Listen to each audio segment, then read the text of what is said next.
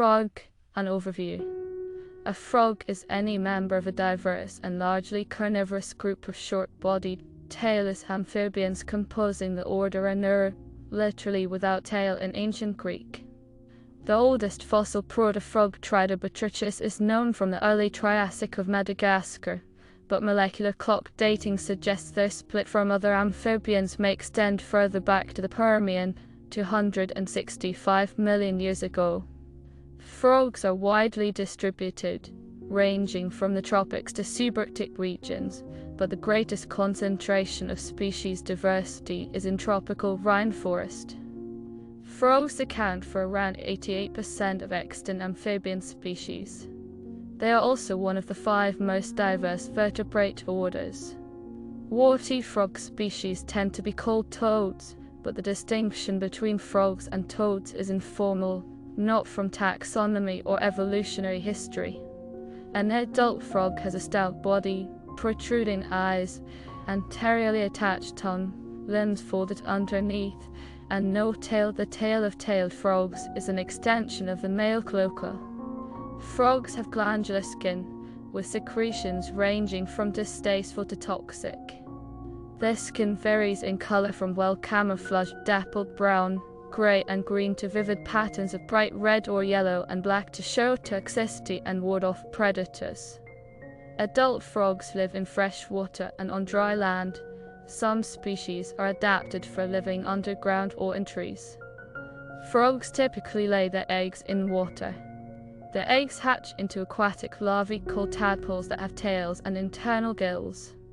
They have highly specialized rasping mouthparts suitable for herbivorous, omnivorous or plantivorous diets. The life cycle is completed when they metamorphose into adults.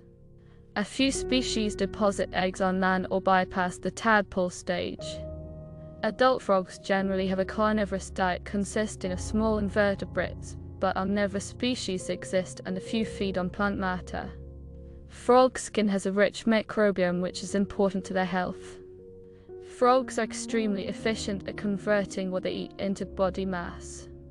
They are an important food source for predators and part of the food web dynamics of many of the world's ecosystems. Their skin is semi-permeable, making them susceptible to dehydration, so they either live in moist places or have special adaptations to deal with dry habitats. Frogs produce a wide range of vocalizations, particularly in their breeding season, and exhibit many different kinds of complex behaviors to attract mates, to fend off predators, and to generally survive. Frogs are valued as food by humans and also have many cultural roles in literature, symbolism, and religion. They are also seen as environmental bellwethers, with declines in frog populations often viewed as early warning signs of environmental damage. Frog populations have declined significantly since the ERS. More than 1/3 of species are considered to be threatened with extinction, and over 120 are believed to have become extinct since the ERS. The number of malformations among frogs is on the rise, and an emerging fungal disease, Chytridiomycosis, has spread around the world. Conservation biologists are working to understand the causes of these problems and to resolve them. Etymology and taxonomy. The use of the common names frog and toad has no taxonomic justification. From a classification perspective, all members of the order RODNAE are frogs, but only members of the family Bufonidae are considered true toads. The use of the term frog in common names usually refers to species that are aquatic or semi-aquatic and have smooth, moist skins. The term toad generally refers to species that are terrestrial with dry, warty skins. There are numerous exceptions to this rule. The European fire-bellied toad Bombina has a slightly warty skin and prefers a watery habitat, whereas the Panamanian golden frog Attila Oláh is in the toad family Bufonidae and has a smooth skin. Etymology.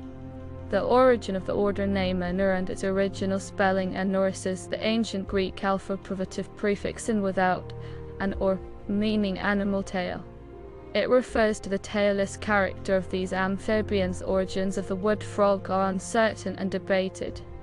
The word is first attested in Old English as frogo, but the usual Old English word for the frog was frosk, with variants such as frox and forsk, and it is agreed that the word frog is somehow related to this.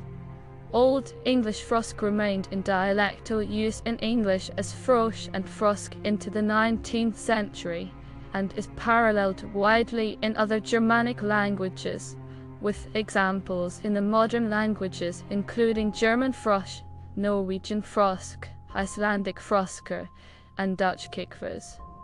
These words allow reconstruction of a common Germanic ancestor, froskers. The third edition of the Oxford English Dictionary finds that the etymology of froskers is uncertain, but agrees with arguments that it could plausibly derive from a Proto-Indo-European base along the lines of pru, meaning jump. How Old English frosk gave rise to froga is, however, uncertain, as the development does not involve a regular sound change. Instead, it seems that there was a trend in Old English to coin nicknames for animals ending in G, with examples enzos all of uncertain etymology including dog, hog, pig, stag, and erig. Frog appears to have been adapted from frosk as part of this trend. Meanwhile, the word toad, first attested as Old English stitch, is unique to English and is likewise of uncertain etymology. It is the basis for the word tadpole, first attested as Middle English tadpole, apparently meaning toad head. Taxonomy. About 88% of amphibian species are classified in the order Nura. These include over 7,100 species in 55 families, of which the Krogosteridae 850 sp, Hylidae 724 sp, Microhylidae 688 sp, and Bufonidae 621 sp, are the richest in species. The Nura include all modern frogs and any fossil species that fit within their Nuran definition. The characteristics of Nuran adults include 9 or fewer pressical vertebrae, the presence of a rostile-formed fused vertebrae, no tail, a long and forward-sloping ilium, shorter forelimbs than hind limbs, radius and ulna fused, tibia and fibula fused, elongated ankle bones, absence of a prefrontal bone, presence of a hyoid plate, a lower jaw without teeth, with the exception of gastrophic acanthri consisting of 3 pairs of bones, angulosplenial, dentary, and mentomechelian, with the last pair being absent in purpura, an unsupported tongue, lymph spaces underneath the skin, and a muscle, the protractor lentis, attached to the lens of the eye. The Nuran larva or tadpole has a single central respiratory spiracle and mouthparts consisting of keratinospikes and denticles. Frogs and toads are broadly classified into 3 suborders, Archaeobatrachia, which includes 4 families of primitive frogs, Mesobatrachia, which includes 5 families of more evolutionary intermediate frogs, and Eubatrachia, by far the largest group, which contains the remaining families of modern frogs, including most common species throughout the world. The suborder Eubatrachia is further divided into the 2 superfamilies Hyloida and Ranoida. This classification is based on such morphological features as the number of vertebrae, the structure of the pectoral girdle, and the morphology of tadpoles. While this classification is largely accepted, relationships among families of frogs are still debated. Some species of Anurans hybridize readily. For instance, the edible frog Pelophylax esculentus is a hybrid between the pool frog P. lesna and the marsh frog P. ridibundus. The fire-bellied toads Bombina bombina and B. variegata are similar in forming hybrids. These are less fertile than their parents, giving rise to hybrid zone where the hybrids are prevalent. Evolution. The origins and evolutionary relationships between the 3 main groups of amphibians are hotly debated. A molecular phylogeny based on RODNAE analysis dating from 2005 suggests that salamanders and caecilians are more closely related to each other than they are to frogs, and the divergence of the three groups took place in the Paleozoic or early Mesozoic, before the breakup of the supercontinent Pangaea and soon after their divergence from the lobe-finned fishes. This would help account for the relative scarcity of amphibian fossils from the period before the group split. Another molecular phylogenetic analysis conducted about the same time concluded that Lis amphibians first appeared about 330 million years ago, and that the tennis bundle origin hypothesis is more credible than other theories. The Neobatrachians seem to have originated in Africandia, the salamanders in East Asia, and the caecilians in tropical Pangaea. Other researchers, while agreeing with the main thrust of the study, questioned the choice of calibration points used to synchronize the data. They proposed that the date of Lis amphibian diversification should be placed in the Permian, rather less than 300 million years ago, a date in better agreement with the paleontological data. A further study in 2011 using both extinct and living taxa sampled for morphological as well as molecular data came to the conclusion that Lis amphibia is monophyletic and that it should be nested within Lepus spondyle rather than within Tennis spondyle. The study postulated that Lis amphibia originated no earlier than the late Carboniferous, some 290 to 305 million years ago. The split between Anura and Chordata was estimated as taking place 292 million years ago, rather later than most molecular studies suggest, with the caecilian splitting off 239 million years ago. In 2008, Gerobatrachus houghtoni, a tennis bundle with many frog and salamander-like characteristics, was discovered in Texas. It dated back 290 million years and was hailed as a missing link, a stem batrachian close to the common ancestor of frogs and salamanders, consistent with the widely accepted hypothesis that frogs and salamanders are more closely related to each other, forming a clade called batrachia, than they are to caecilians.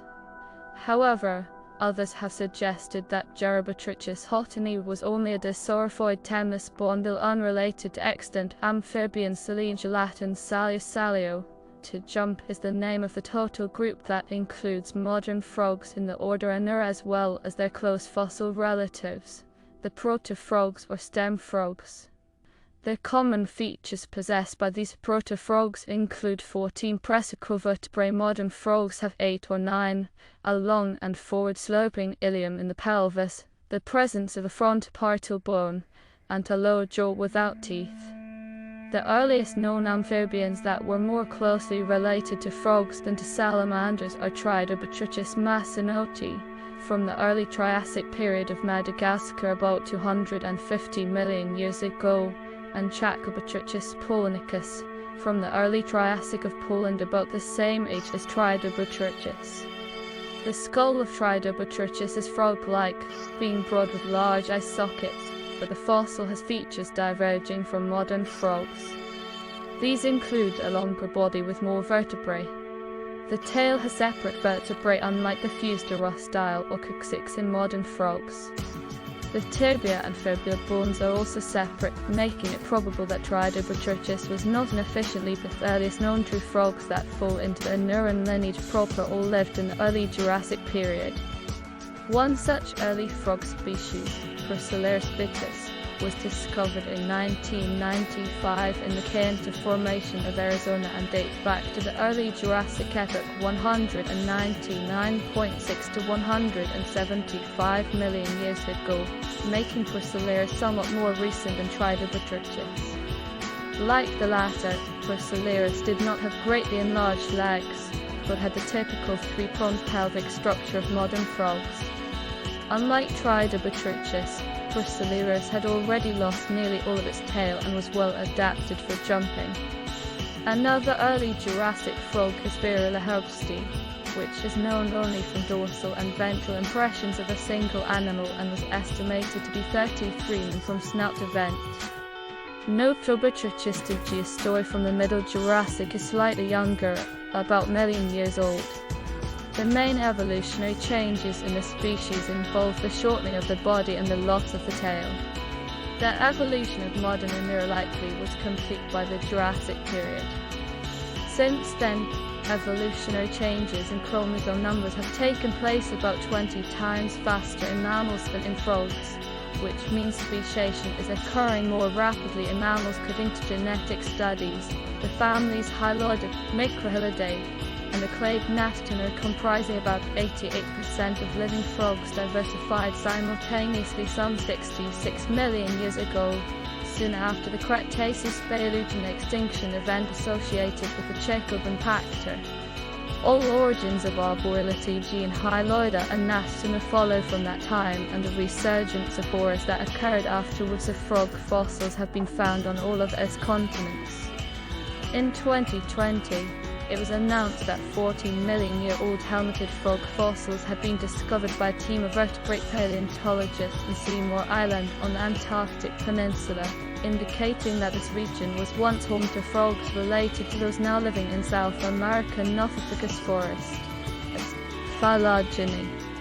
A cladogram showing the relationships of the different families of frogs in the clade Anura can be seen in the table below. This diagram, in the form of a tree, shows how each frog family is related to other families, with each node representing a point of common ancestry. It is based on Frost et al. 2006, Heineck et al. 2009, and Curran and Weens 2011.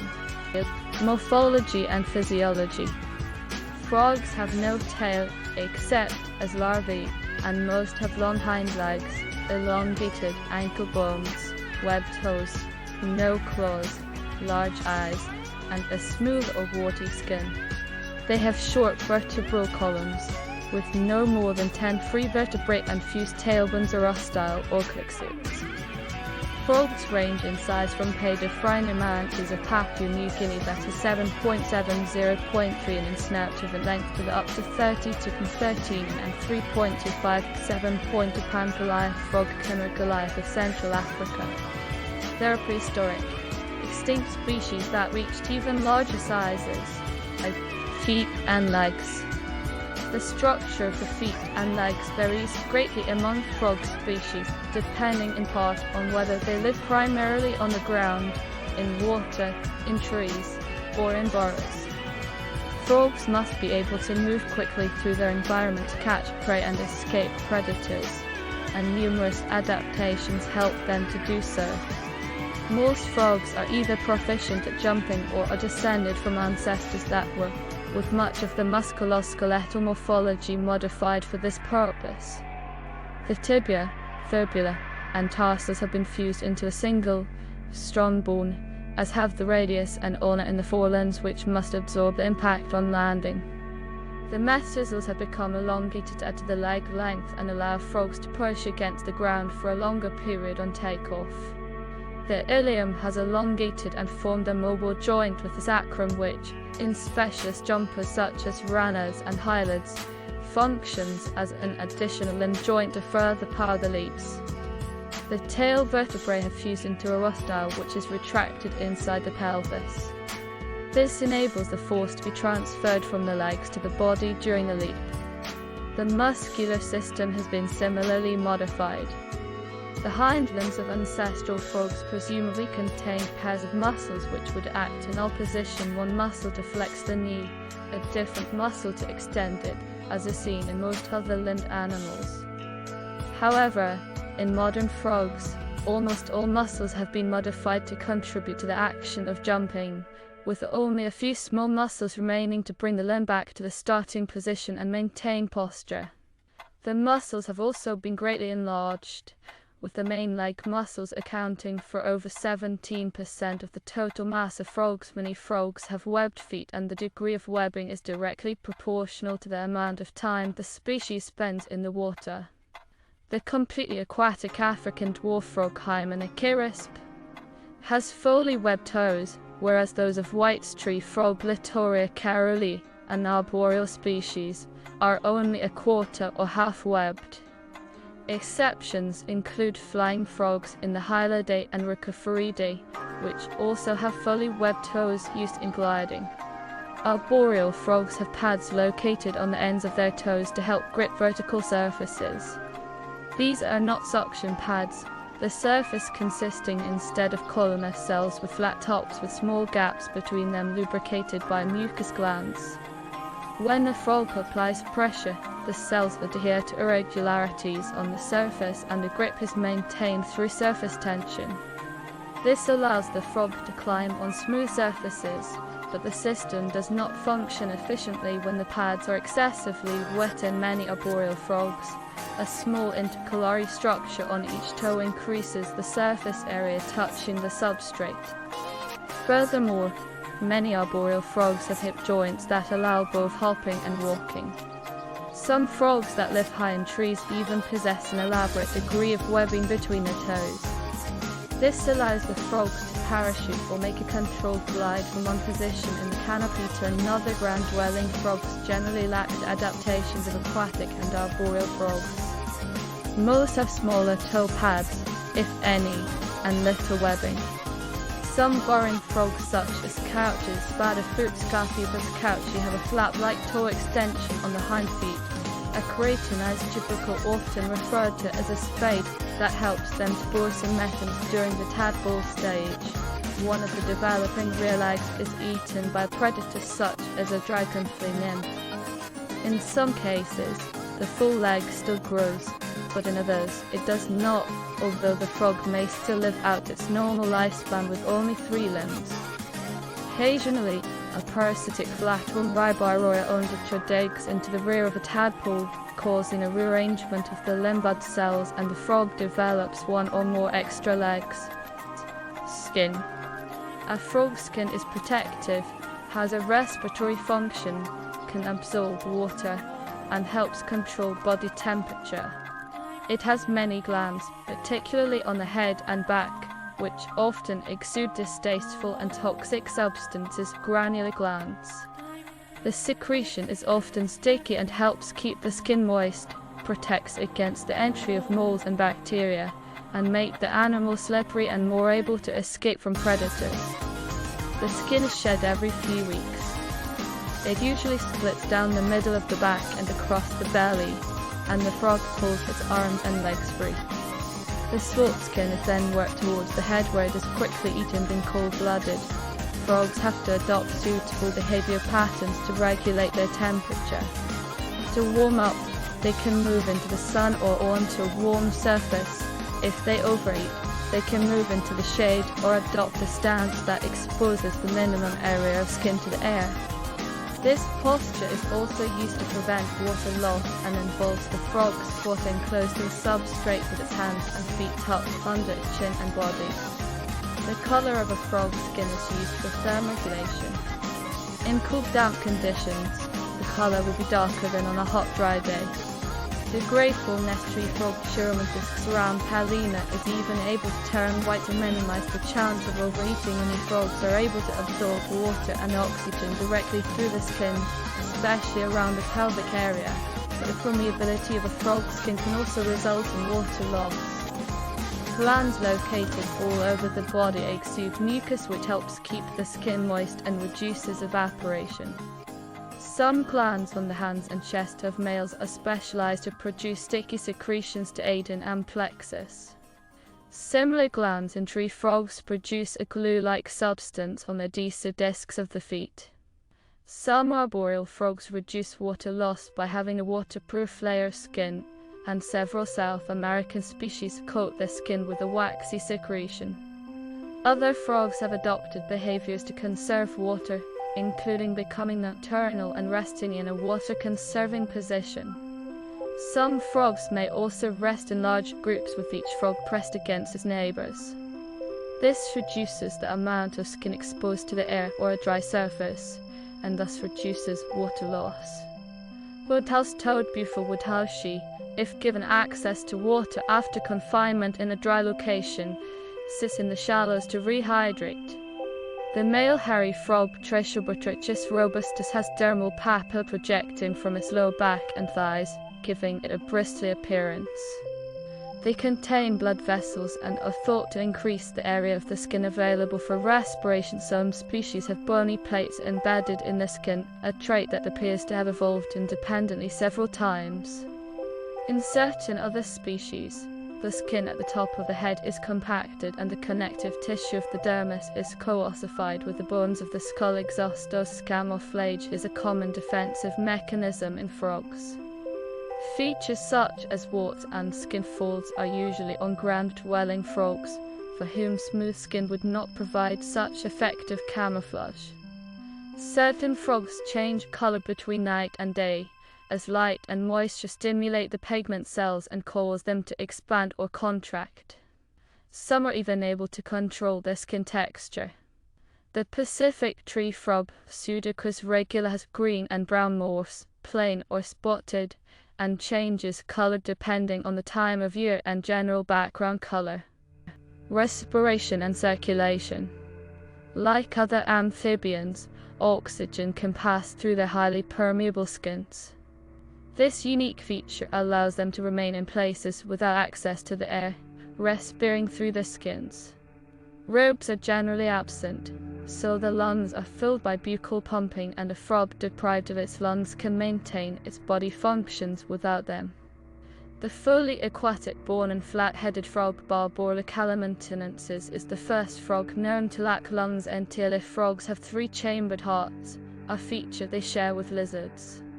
Oxygenated blood from the lungs and deoxygenated blood from the respiring tissues enter the heart through separate atria.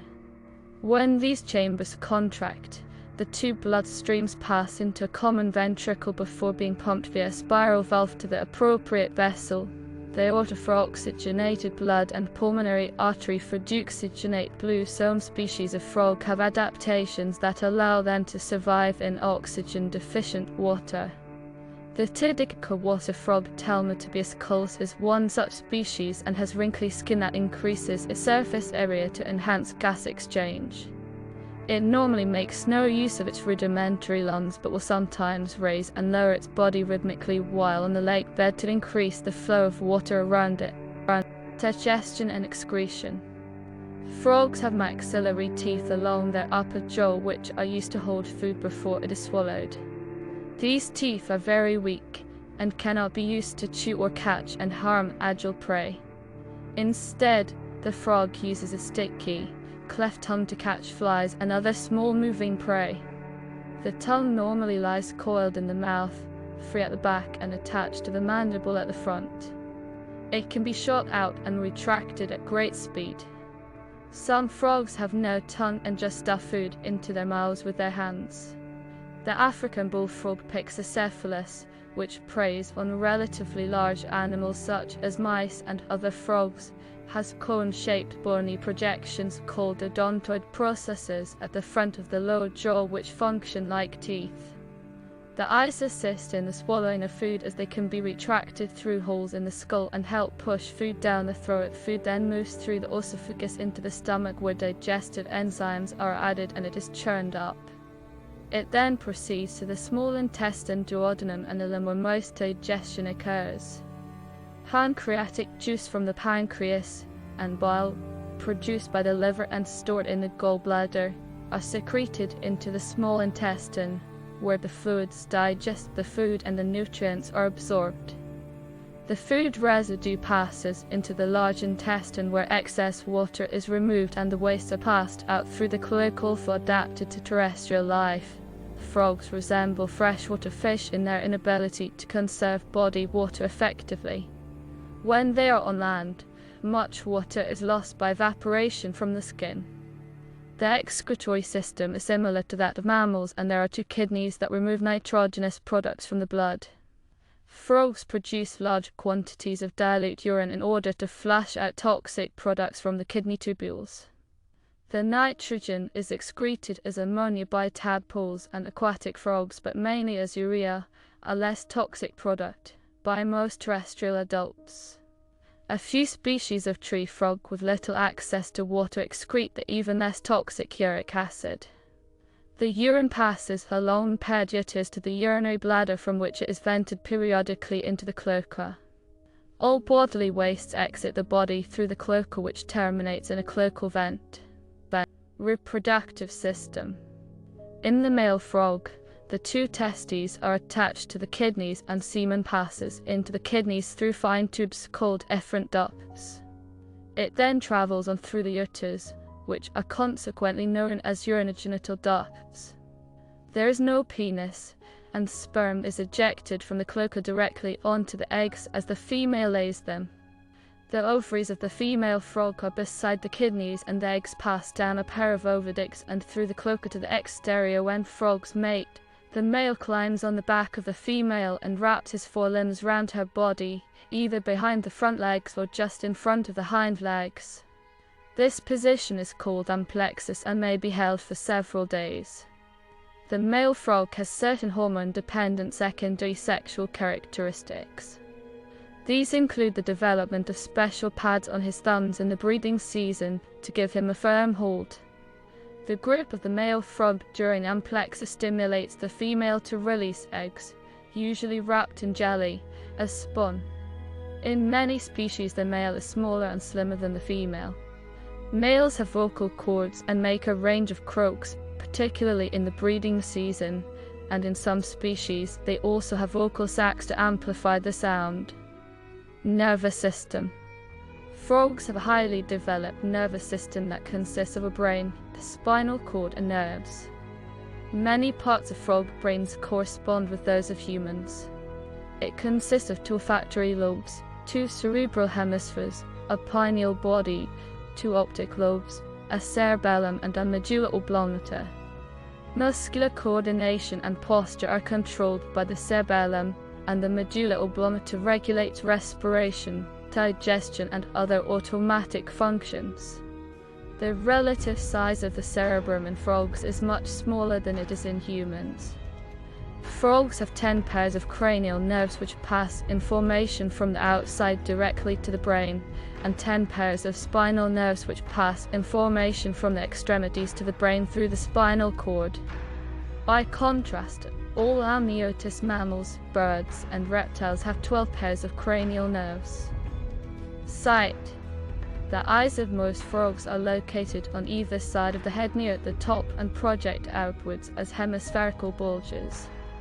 They provide binocular vision over a field of to the front and a total visual field of almost. They may be the only part of an otherwise submerged frog to protrude from the water. Each eye has closable upper and lower lids and a nictitating membrane which provides further protection, especially when the frog is swimming. Members of the aquatic family Pipidae have the eyes located at the top of the head, a position better suited for detecting prey in the water above. The irises come in a range of colors and the pupils in a range of shapes. The common toad bufo has golden irises and horizontal slit-like pupils. The red-eyed tree frog Agalicnus caladrius has vertical slit pupils. The poison dart frog has dark irises. The fire-bellied toad Bombinus has triangular pupils, and the tomato frog Discus has circular ones.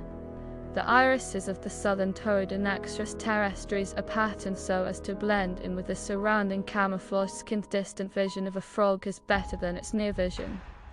Calling frogs will quickly become silent when they see an intruder or even a moving shadow, but the closer an object is, the less well it is seen. When a frog shoots out its tongue to catch an insect, it is reacting to a small moving object that it cannot see well and must line it up precisely beforehand because it shuts its eyes as the tongue is extended. Although it was formerly debated, more recent research has shown that frogs can see in color, even in very low light. Hearing. Frogs can hear both in the air and below water. They do not have external ears. The eardrums to tympanic membranes are directly exposed or may be covered by a layer of skin and are visible as a circular area just behind the eye. The size and distance of part of the eardrums is related to the frequency and wavelength at which the frog calls. In some species, such as the bullfrog, the size of the tympanum indicates the sex of the frog. Males have tympani that are larger than their eyes, while in females, the eyes and tympani are much the same size. A noise causes the tympanum to vibrate and the sound is transmitted to the middle and inner ear. The middle ear contains semicircular canals which help control balance and orientation. In the inner ear, the auditory hair cells are arranged in two areas of the cochlea, the basilar papilla and the amphibian papilla. The former detects high frequencies and the latter low frequencies. Because the cochlea is short, frogs use electrical tuning to extend their range of audible frequencies and help discriminate different sounds. This arrangement enables detection of the territorial and breeding calls of the conspecifics. In some species that inhabit arid regions, the sound of thunder or heavy rain may arouse them from a dormant state.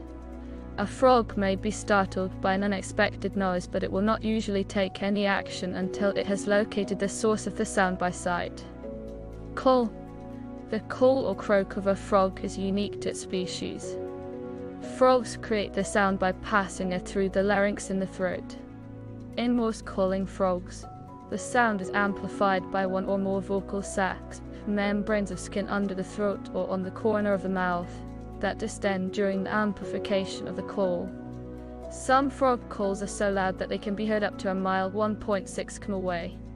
Additionally, some species have been found to use man-made structures such as drain pipes for artificial amplification of their call. The coastal tailed frog Ashutosh tree lives in mountain streams in North America and does not vocalize. Main function of calling is for male frogs to attract mates. Males may call individually, or there may be a chorus of sound when numerous males have converged on breeding sites. In many frog species, such as the common tree frog Polypdates leucomistax, females reply to males' calls, which acts to reinforce reproductive activity in a breeding colony. Female frogs prefer males that produce sounds of greater intensity and lower frequency, attributes that stand out in a crowd. The rationale for this is thought to be that by demonstrating his prowess, the male shows his fitness to produce superior offspring. A different call is emitted by a male frog or unreceptive female when mounted by another male. This is a distinct chirping sound and is accompanied by a vibration of the body. Tree frogs and some non-aquatic species have a rain call that they make on the basis of humidity cues prior to a shower. Many species also have a territorial call that is used to drive away other males. All of these calls are emitted with the mouth of the frog closed. A distress call, emitted by some frogs when they are in danger, is produced with the mouth open, resulting in a higher pitched call. It is typically used when the frog has been grabbed by a predator and may serve to distract or disorient the attacker so that it releases the frog. Many species of frog have deep calls. The croak of the American bullfrog Ranocate espiona is sometimes written as Jalcorum. The Pacific tree frog Pseudocus regula produces the onomatopoeic often heard in films. Other renderings of frog calls into speech include Brekekix kos, the call of the marsh frog Pelophylax ridibundus in the frogs, and ancient Greek comic drama by Aristophanes. The calls of the concave-eared torrent frog Omolops tormatus are unusual in many aspects. The males are notable for their varieties of calls where upward and downward frequency modulations take place. When they communicate, they produce calls that fall in the ultrasound frequency range. The last aspect that makes the species of frogs' calls unusual is that nonlinear acoustic phenomena are important components in their acoustic signals. Torpor. During extreme conditions, some frogs enter a state of torpor and remain inactive for months. In colder regions, many species of frog hibernate in winter. Those that live on land, such as the American toad Bufo americanus, dig a burrow and make a hibernaculum in which to lie dormant. Others, less proficient at digging, find a crevice or bury themselves in dead leaves. Aquatic species such as the American bullfrog Ranocate bina normally sink to the bottom of the pond where they lie, so immersed in mud but still able to access the oxygen dissolved in the water. Their metabolism slows down and they live on their energy reserves. Some frogs, such as the wood frog or spring peeper, can even survive being frozen. Ice crystals form under the skin and in the body cavity, but the essential organs are protected from freezing by high concentration of glucose. An apparently lifeless, frozen frog can resume respiration and its heartbeat can restart when conditions warm up. At the other extreme, the striped-burrowing frog Cyclona albigotata regularly estivatus during the hot, dry season in Australia, surviving in a dormant state without access to food and water for 9 or 10 months of the year. It burrows underground and curls up inside a protective cocoon formed by its shed skin. Researchers at the University of Queensland have found that during estivation, the metabolism of the frog is altered and the operational efficiency of the mitochondria is increased. This means that the limited amount of energy available to the comatose frog is used in a more efficient manner. This survival mechanism is only useful to animals that remain completely unconscious for an extended period of time and whose energy requirements are low because they are cold-blooded and have no need to generate heat. Other research showed that, to provide these energy requirements, muscles atrophy, but hind-limb muscles are preferentially unaffected. Frogs have been found to have upper critical temperatures of around 41 degrees Celsius. Locomotion. Different species of frog use a number of methods of moving around, including jumping, running, walking, swimming, burrowing, climbing, and gliding. Jumping frogs are generally recognized as exceptional jumpers and, relative to their size, the best jumpers of all vertebrates. The striped rocket frog, Littoria nasutu, can leap over 2 meters feet, a distance that is more than 50 times its body length of 55 min. There are tremendous differences between species in jumping capability. Within a species, jump distance increases with increasing size, but relative jumping distance body length jump decreases. The Indian skipper frog Eulyctus cyanophyctus has the ability to leap out of the water from a position floating on the surface. The tiny northern cricket frog Acus crepitans can skitter across the surface of a pond with a series of short rapid jumps. Slow motion photography shows that the muscles have passive flexibility. They are first stretched while the frog is still in the crouched position, then they are contracted before being stretched again to launch the frog into the air. The forelegs are folded against the chest and the hind legs remain in extended, streamlined position for the duration of the jump. In some extremely capable jumpers, such as the Cuban tree frog Osteopilus septentrionalis and the northern leopard frog Ranopapians, the peak power exerted during a jump can exceed that which the muscle is theoretically capable of producing. When the muscles contract, the energy is first transferred into the stretched tendon which is wrapped around the ankle bone. Then the muscles stretch again at the same time as the tendon releases its energy like a catapult to produce a powerful acceleration beyond the limits of muscle-powered acceleration. A similar mechanism has been documented in locusts and grasshoppers. Early hatching of froglets can have negative effects on frog jumping performance and overall locomotion. The hindlimbs are unable to completely form, which results in them being shorter and much weaker relative to normal hatching froglet. Early hatching froglets may tend to depend on other forms of locomotion more often, such as swimming and walking. Walking and running. Frogs in the families Bufonidae, Rhinophrynidae, and Microhylidae have short back legs and tend to walk rather than jump. When they try to move rapidly, they speed up the rate of movement of their limbs or resort to an ungainly hopping gait. The Great Plains narrow-mouthed Gastrophrynidae has been described as having a gait that is a combination of running and short hops that are usually only an inch or two in length. In an experiment, Fowler's toad Bufo was placed on a treadmill which was turned at varying speeds. By measuring the toad's uptake of oxygen, it was found that hopping was an inefficient use of resources during sustained locomotion but was a useful strategy during short bursts of high-intensity activity. The red-legged running frog Cassina maculata has short, slim hind limbs unsuited to jumping. It can move fast by using a running gait in which the two hind legs are used alternately. Slow-motion photography shows, unlike a horse that can trot or gallop, the frog's gait remained similar at slow, medium, and fast speeds. This species can also climb trees and shrubs, and does so at night to catch insects. The Indian skipper frog Eulyctus cyanophyctus has broad feet and can run across the surface of the water for several meters yards. Swimming. Frogs that live in or visit water have adaptations that improve their swimming abilities. The hind limbs are heavily muscled and strong.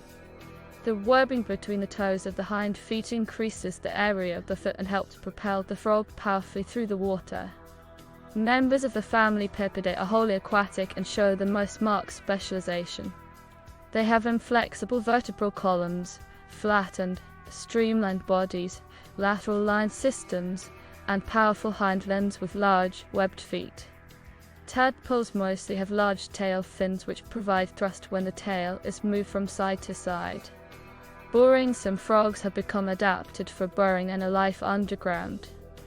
They tend to have rounded bodies, short limbs, small heads with bulging eyes, and hind feet adapted for excavation.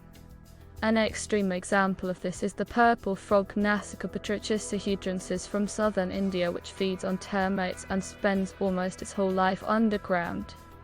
It emerges briefly during the monsoon to mate and breed in temporary pools. It has a tiny head with a pointed snout and a plump, rounded body. Because of this fossorial existence, it was first described in 2003, being new to the scientific community at that time, although previously known to local people.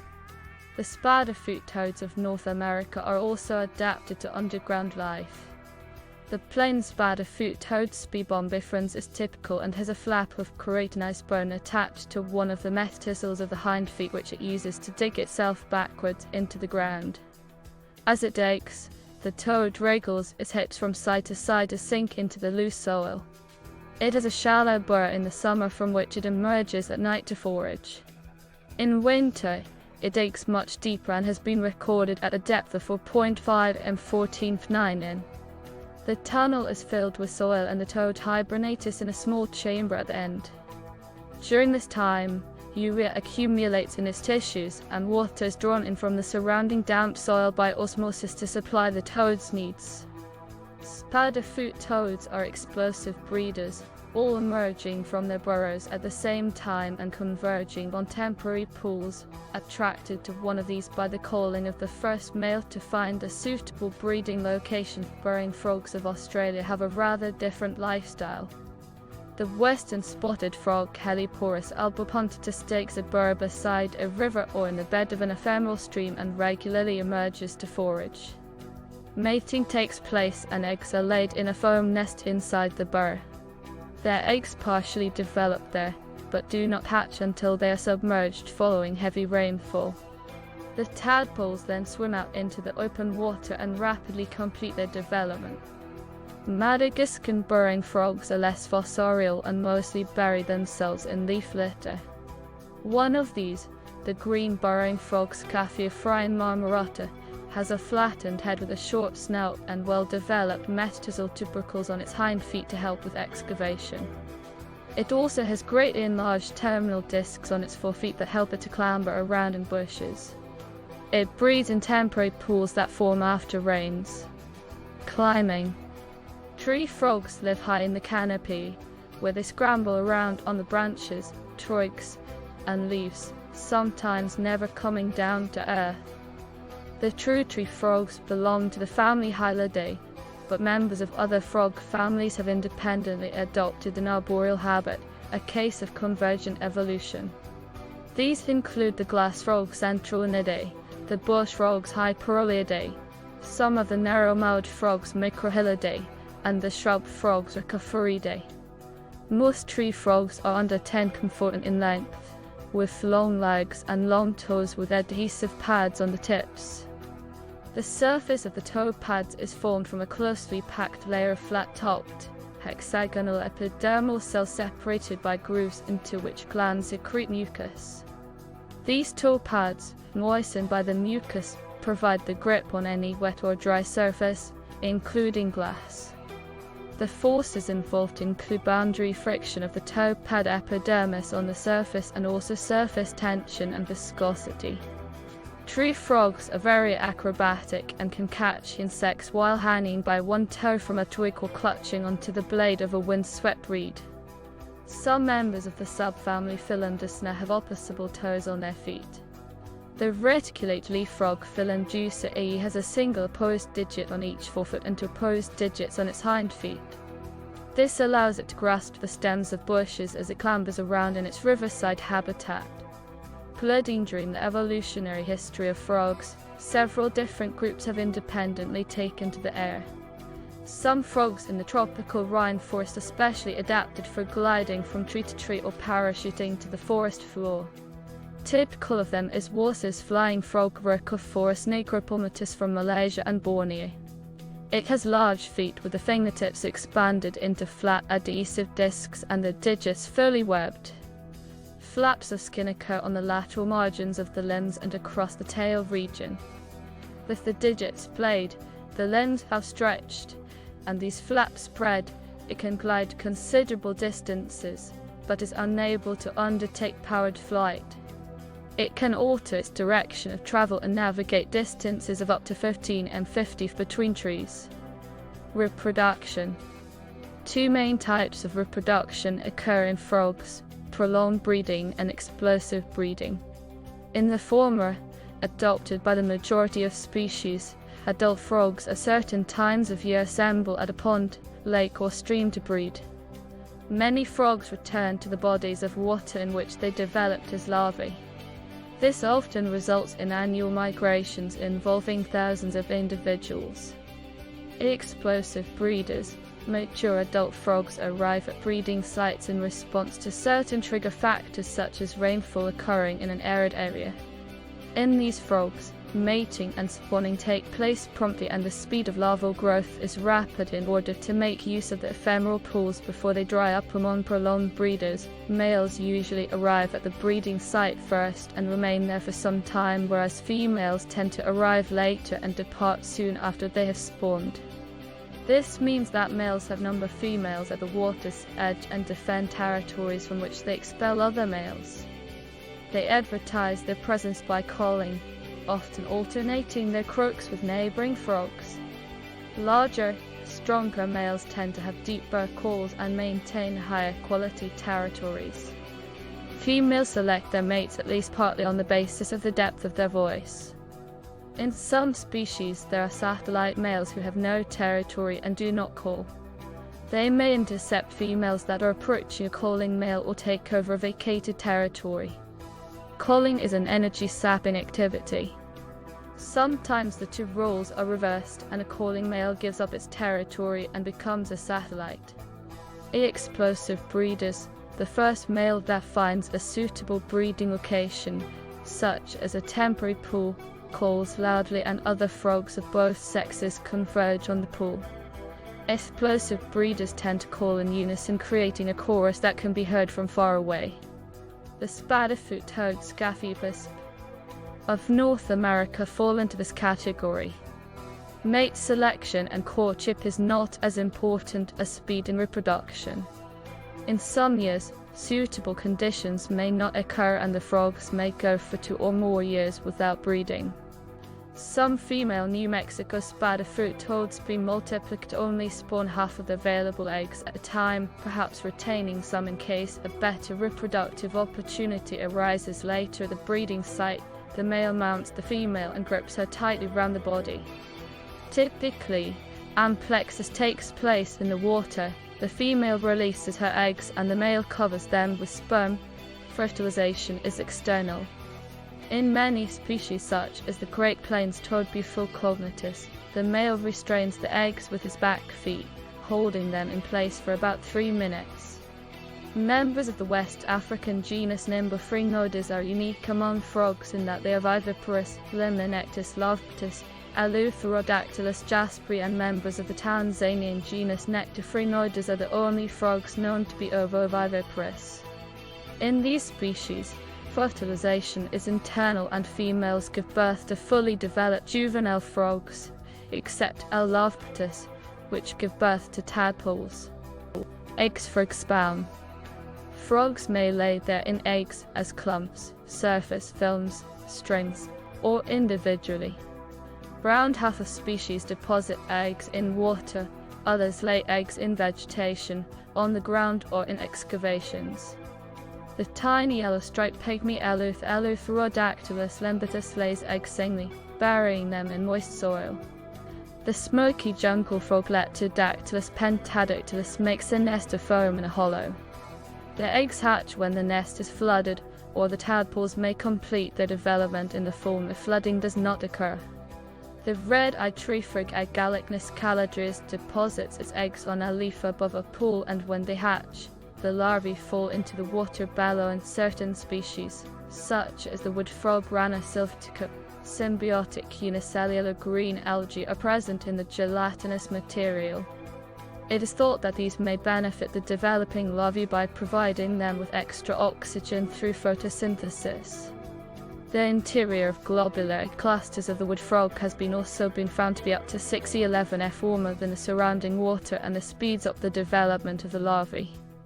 The larvae developing in eggs can detect vibrations caused by nearby predatory wasps or snakes, and will hatch early to avoid being eaten. In general, the length of the egg stage depends on the species and environmental conditions. Aquatic eggs normally hatch within 1 week when the capsule splits as a result of enzymes released by the developing larva. Direct development, where eggs hatch into juveniles like small adults, is also known in many frogs, for example, Ischnitnema hensali, Eleutherodactylus cookie, and Rauchestis eclindra and Rauchestis chilizodes. Tadpoles. The larvae that emerge from the eggs, known as tadpoles or occasionally polywogs. Tadpoles lack eyelids and limbs, and have cartilaginous skeletons, gills for respiration, external gills at first, internal gills later, and tails they use for swimming. As a general rule, free-living larvae are fully aquatic, but at least one species, Nana freecylanensis, has semi-terrestrial tadpoles which live among wet rocks from early in its development. A gill pouch covers the tadpole's gills and front legs. The lungs soon start to develop and are used as an accessory breathing organ. Some species go through metamorphosis while still inside the egg and hatch directly into small frogs. Tadpoles lack true teeth, but the jaws in most species have two elongated, parallel rows of small, keratinized structures called credents in their upper jaws. Their lower jaws usually have 3 rows of credents surrounded by a horny beak, but the number of rows can vary, and the exact arrangements of mouthparts provide a means for species identification. In the Pipidae, with the exception of Hymenechirus, the tadpoles have paired anterior barbels, which make them resemble small catfish. Their tails are stiffened by notochord, but does not contain any bony or cartilaginous elements except for a few vertebrae at the base, which forms the rostyle during metamorphosis. This has been suggested as an adaptation to their lifestyles because the transformation into frogs happens very fast. The tail is made of soft tissue only, as bone and cartilage take a much longer time to be broken down and absorbed. The tail fin and tip is fragile and will easily tear, which is seen as an adaptation to escape from predators which tries to grasp them by the tail. Tadpoles are typically herbivorous, feeding mostly on algae, including diatoms filtered from the water through the gills. Some species are carnivorous at the tadpole stage, eating insects, smaller tadpoles, and fish. The Cuban tree frog Ostopolis septentrionalis is one of a number of species in which the tadpoles can be cannibalistic. Tadpoles that develop legs early may be eaten by the others, so late developers may have better long-term survival prospects. Tadpoles are highly vulnerable to being eaten by fish, newts, predatory diving beetles, and birds, particularly water bird, such as storks and herons and domestic ducks. Some tadpoles, including those of the cane toad Bufomornis, are poisonous. The tadpole stage may be as short as a week in explosive breeders, where it may last through one or more winters, followed by metamorphosis in the spring. Metamorphosis. At the end of the tadpole stage, a frog undergoes metamorphosis, in which its body makes a sudden transition into the adult form. This metamorphosis typically lasts only 24 hours and is initiated by production of the hormone thyroxine. This causes different tissues to develop in different ways. The principal changes that take place include the development of the lungs and the disappearance of the gills and gill pouch, making the front legs visible. The lower jaw transforms into the big mandible of the carnivorous adult, and the long, spiral gut of the herbivorous tadpole is replaced by the typical short gut of a predator. The nervous system becomes adapted for hearing and stereoscopic vision, and for new methods of locomotion and feeding. The eyes are repositioned higher up on the head, and the eyelids and associated glands are formed. The eardrum, middle ear, and inner ear are developed. The skin becomes thicker and tougher, the lateral line system is lost, and skin glands are developed. The final stage is the disappearance of the tail, but this takes place rather later, the tissue being used to produce a spurt of growth in the limbs. Frogs are the most vulnerable to predators when they are undergoing metamorphosis. At this time, the tail is being lost and locomotion by means of limbs is only just becoming established. Adults. Adult frogs may live in or near water, but few are fully aquatic. Almost all frog species are carnivorous as adults, preying on invertebrates, including insects, crabs, spiders, mites, worms, snails, and slugs. A few of the larger ones may eat other frogs, small mammals and reptiles, and fish. A few species also eat plant matter. The tree frog Anete Lusina is partly herbivorous, its diet including a large proportion of fruit. Leptodactylus mysticeus has been found to eat plants, and foliary occurs in Eulyctus hexadactylus, with plants constituting 79.5% of its diet by volume. Many frogs use their sticky tongues to catch prey, while others simply grab them with their mouths. Adult frogs are themselves attacked by many predators. The northern leopard frog Ranopapiens is eaten by herons, hawks, fish, large salamanders, snakes, raccoons, skunks, mink, bullfrogs, and other animals. Frogs are primary predators and an important part of the food web. Being cold-blooded, they make efficient use of the food they eat, with little energy being used for metabolic processes, while the rest is transformed into biomass. They are themselves eaten by secondary predators and are the primary terrestrial consumers of invertebrates, most of which feed on plants. By reducing herbivory, they play a part in increasing the growth of plants and are thus part of a delicately balanced ecosystem. Little is known about the longevity of frogs and toads in the wild, but some can live for many years. Skeletochronology is a method of examining bones to determine age. Using this method, the ages of mountain yellow-legged frogs Ranomuscosa were studied, the phalanges of the toes showing seasonal lines where growth slows in winter. The oldest frogs had 10 bands, so their age was believed to be 14 years, including the 4-year tadpole stage. Captive frogs and toads have been recorded as living for up to 40 years, an age achieved by European common toad Bufo. The cane toad Bufomarnis has been known to survive 24 years in captivity, and the American bullfrog Ranocates by 14 years. Frogs from temperate climates hibernate during the winter, and 4 species are known to be able to withstand freezing during this time, including the wood frog Ranosilptica. Parental care. Although care of offspring is poorly understood in frogs, up to an estimated 20% of amphibian species may care for their young in some way. The evolution of parental care in frogs is driven primarily by the size of the water body in which they breed. Those that breed in smaller water bodies tend to have greater and more complex parental care behavior. Because predation of eggs and larvae is high in large water bodies, some frog species started to lay their eggs on land. Once this happened, the desiccating terrestrial environment demands that one or both parents keep them moist to ensure their survival. The subsequent need to transport hatched tadpoles to water body required an even more intense form of parental care in small pools. Predators are mostly absent, and competition between tadpoles becomes the variable that constrains their survival. Certain frog species avoid this competition by making use of smaller phytoplankton to water-filled leaf axils or small woody cavities as sites for depositing a few tadpoles.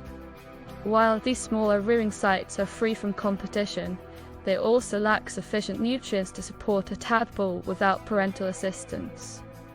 Frog species that change from the use of larger to smaller phytoplankton have evolved a strategy of providing their offspring with nutritive but unfertilized eggs.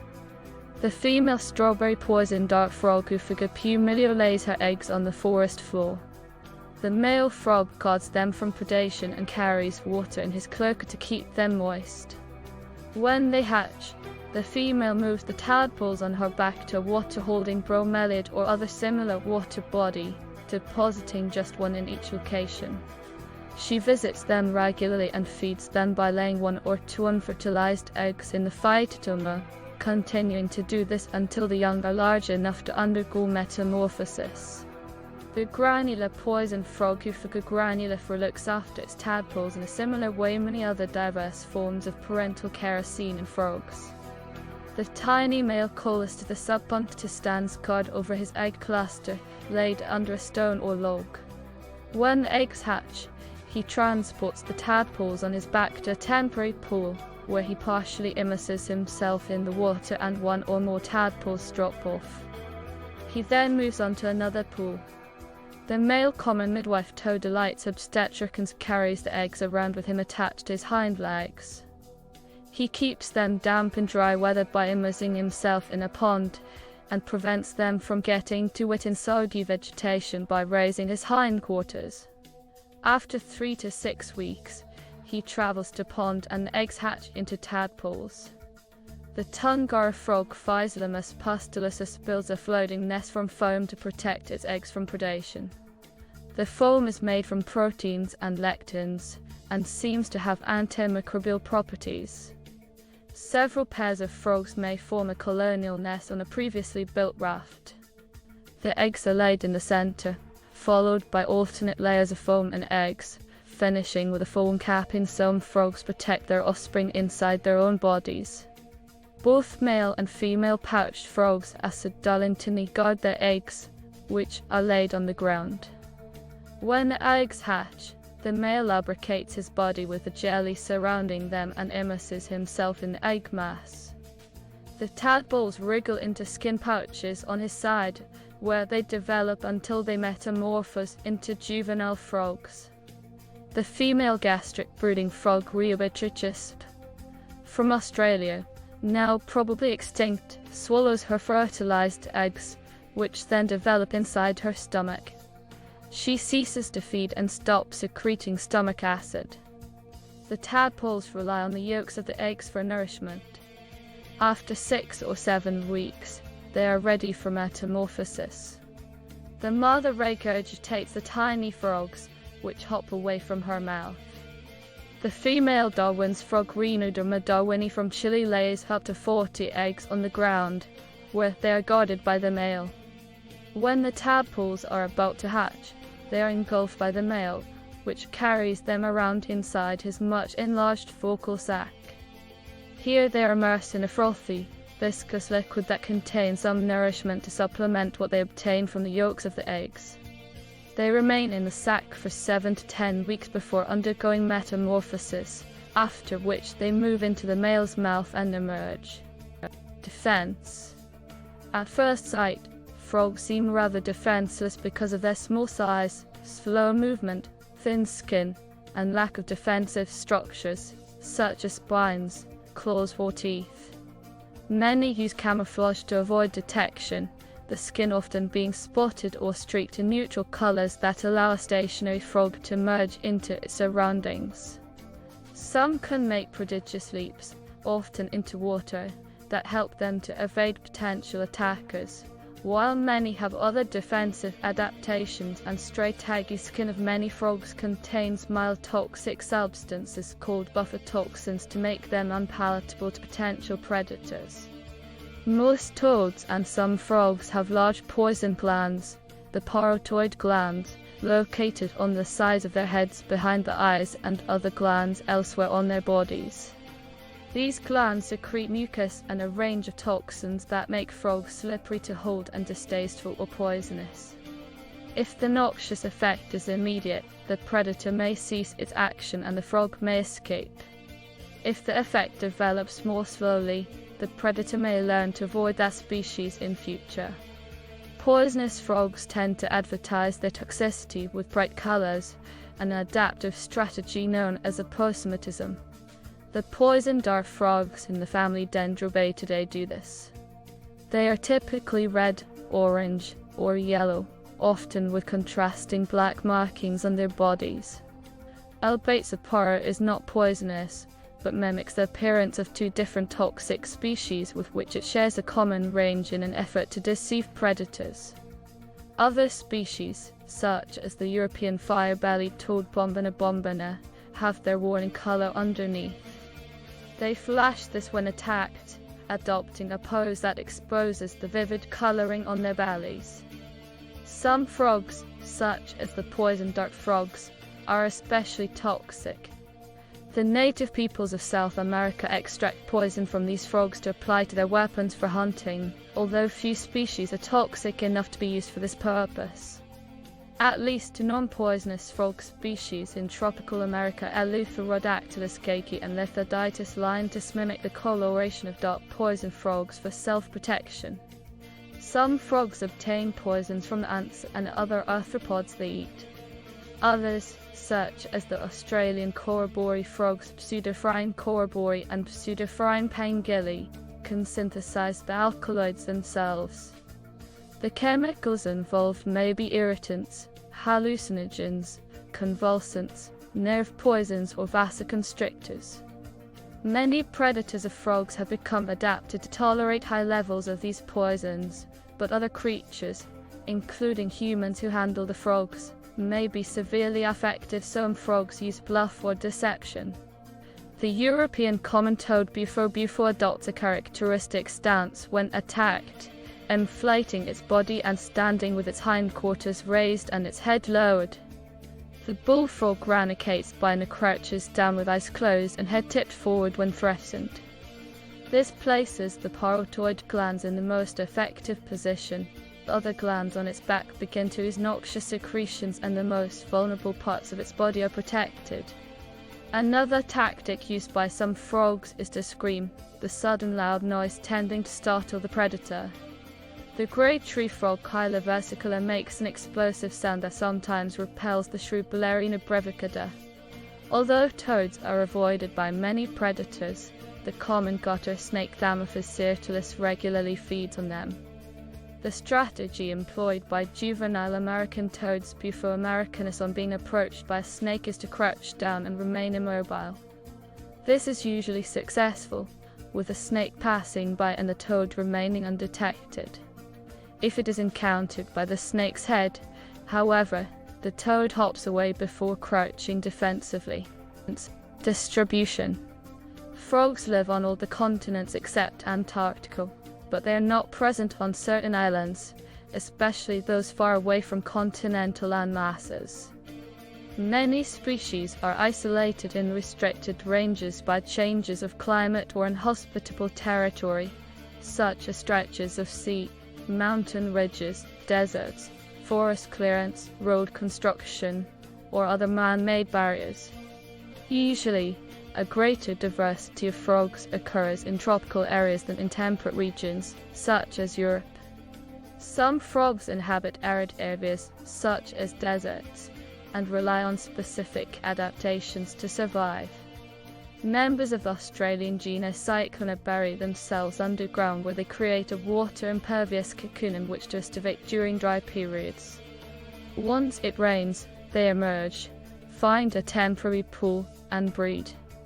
Egg and tadpole development is very fast in comparison to those of most other frogs, so breeding can be completed before the pond dries up. Some frog species are adapted to a cold environment. The wood frog Rana sylvatica, whose habitat extends into the Arctic Circle, buries itself in the ground during winter. Although much of its body freezes during this time, it maintains a high concentration of glucose in its vital organs, which protects them from damage. Conservation. In 2006, of 4,035 species of amphibians that depend on water during some life cycle stage, 1,356, 33.6%, were considered to be threatened. This is likely to be an underestimate because it excludes 1,427 species for which evidence was insufficient to assess their status. Frog populations have declined dramatically since the ERS. More than one-third of frog species are considered to be threatened with extinction, and more than 120 species are believed to have become extinct since the ERS. Among these species are the gastric brooding frogs of Australia and the golden toad of Costa Rica. The latter is of particular concern to scientists because it inhabited the pristine Monteverde Cloud Forest Reserve and its population crashed in 1987, along with about 20 other frog species in the area. This could not be linked directly to human activities, such as deforestation, and was outside the range of normal fluctuations in population size. Elsewhere, habitat loss is a significant cause of frog population decline, as are pollutants, climate change, increased UVB radiation, and the introduction of non-native predators and competitors. A Canadian study conducted in 2006 suggested heavy traffic in their environment was a larger threat to frog populations than was habitat loss. Emerging infectious diseases, including chytridiomycosis and ranavirus, are also devastating populations. So many environmental scientists believe amphibians, including frogs, are good biological indicators of broader ecosystem health because of their intermediate positions in food chains, their permeable skins, and typically biphasic live aquatic larvae and terrestrial adults. It appears that species with both aquatic eggs and larvae are most affected by the decline, while those with direct development are the most resistant. Frog mutations and genetic defects have increased since the ERS. These often include missing legs or extra legs. Various causes have been identified or hypothesized, including an increase in ultraviolet radiation affecting the spawn on the surface of ponds, chemical contamination from pesticides and fertilizers, and parasites such as the trematode Ribiro. Probably all these are involved in a complex way as stressors, environmental factors contributing to rates of disease, and vulnerability to attack by parasites. Malformations impair mobility and the individuals may not survive to adulthood. An increase in the number of frogs eaten by birds may actually increase the likelihood of parasitism of other frogs, because the trematode's complex life cycle includes the ramshorn snail and several intermediate hosts such as birds. In a few cases, captive breeding programs have been established and have largely been successful. The World Association of Zoos and Aquariums named 2008 as the Year of the Frog in order to draw attention to the conservation issues faced by the cane toad. Buformornis is a very adaptable species native to South and Central America. In ERS, it was introduced into Puerto Rico and later various other islands in the Pacific and Caribbean region as a biological pest control agent. In 1935, 3,000 toads were liberated in the sugarcane fields of Queensland, Australia, in an attempt to control cane beetles such as Dermolepida alboretum, the larvae of which damage and kill the canes. Initial results in many of these countries were positive, but it later became apparent that the toads upset the ecological balance in their new environments. They bred freely, competed with native frog species, ate bees and other harmless native invertebrates, had few predators in their adopted habitats, and poisoned pets, carnivorous birds, and mammals. In many of these countries, they are now regarded both as pests and invasive species, and scientists are looking for a biological method to control them. Culinary. Frog legs are eaten by humans in many parts of the world. Indonesia is the world's largest exporter of frog meat, exporting more than 5,000 tons of frog meat each year, mostly to France, Belgium, and Luxembourg. Originally, they were supplied from local wild populations, but overexploitation led to a diminution in the supply. This resulted in the development of frog farming and a global trade in frogs. The main importing countries are France, Belgium, Luxembourg, and the United States, while the chief exporting nations are Indonesia and China. The annual global trade in American bullfrog ranocate bina, mostly found in China, varies between 1,200 and 2,400 tons. Mountain chicken frog, so called as a taste of chicken, is now endangered, in part due to human consumption, and was a major food choice of the Dominicans. Coon, possum, partridges, prairie hen, and frogs were among the fare Mark Twain recorded as part of American cuisine. Scientific research. In November 1970, NASA sent 2 bullfrogs into space for 6 days during the orbiting Frog-Otolov mission to test weightlessness. Frogs are used for dissections in high school and university anatomy classes, often first being injected with colored substances to enhance contrast among the biological systems. This practice is declining due to animal welfare concerns, and digital frogs are now available for virtual dissection. Frogs have served as experimental animals throughout the history of science. 18th century biologist Luigi Galvani discovered the link between electricity and the nervous system by studying frogs. He created one of the first tools for measuring electric current out of a frog leg. In 1852, H.S. Stanius used a frog's heart in a procedure called the Stanius ligature to demonstrate the ventricle and atria beat independently of each other and at different rates. The African clawed frog, or Platyrxenopus laevis, was first widely used in laboratories in pregnancy tests in the first half of the 20th century. A sample of urine from a pregnant woman injected into a female frog induces it to lay eggs, a discovery made by English zoologist Lancelot Hogben. This is because a hormone, human chorionic gonadotropin, is present in substantial quantities in the urine of women during pregnancy. In 1952, Robert Briggs and Thomas J. King cloned a frog by somatic cell nuclear transfer. This same technique was later used to create Dolly the sheep, and their experiment was the first time a successful nuclear transplantation had been accomplished in higher animals. So frogs are used in cloning research and other branches of embryology. Although alternative pregnancy tests have been developed, biologists continue to use Xenopus as a model organism in developmental biology because their embryos are large and easy to manipulate. They are readily obtainable and can easily be kept in the laboratory. Xenopus laevis is increasingly being displaced by its smaller relative, Xenopus tropicalis, which reaches its reproductive age in 5 months rather than the 1 to 2 years for X. laevis, thus facilitating faster studies across generations.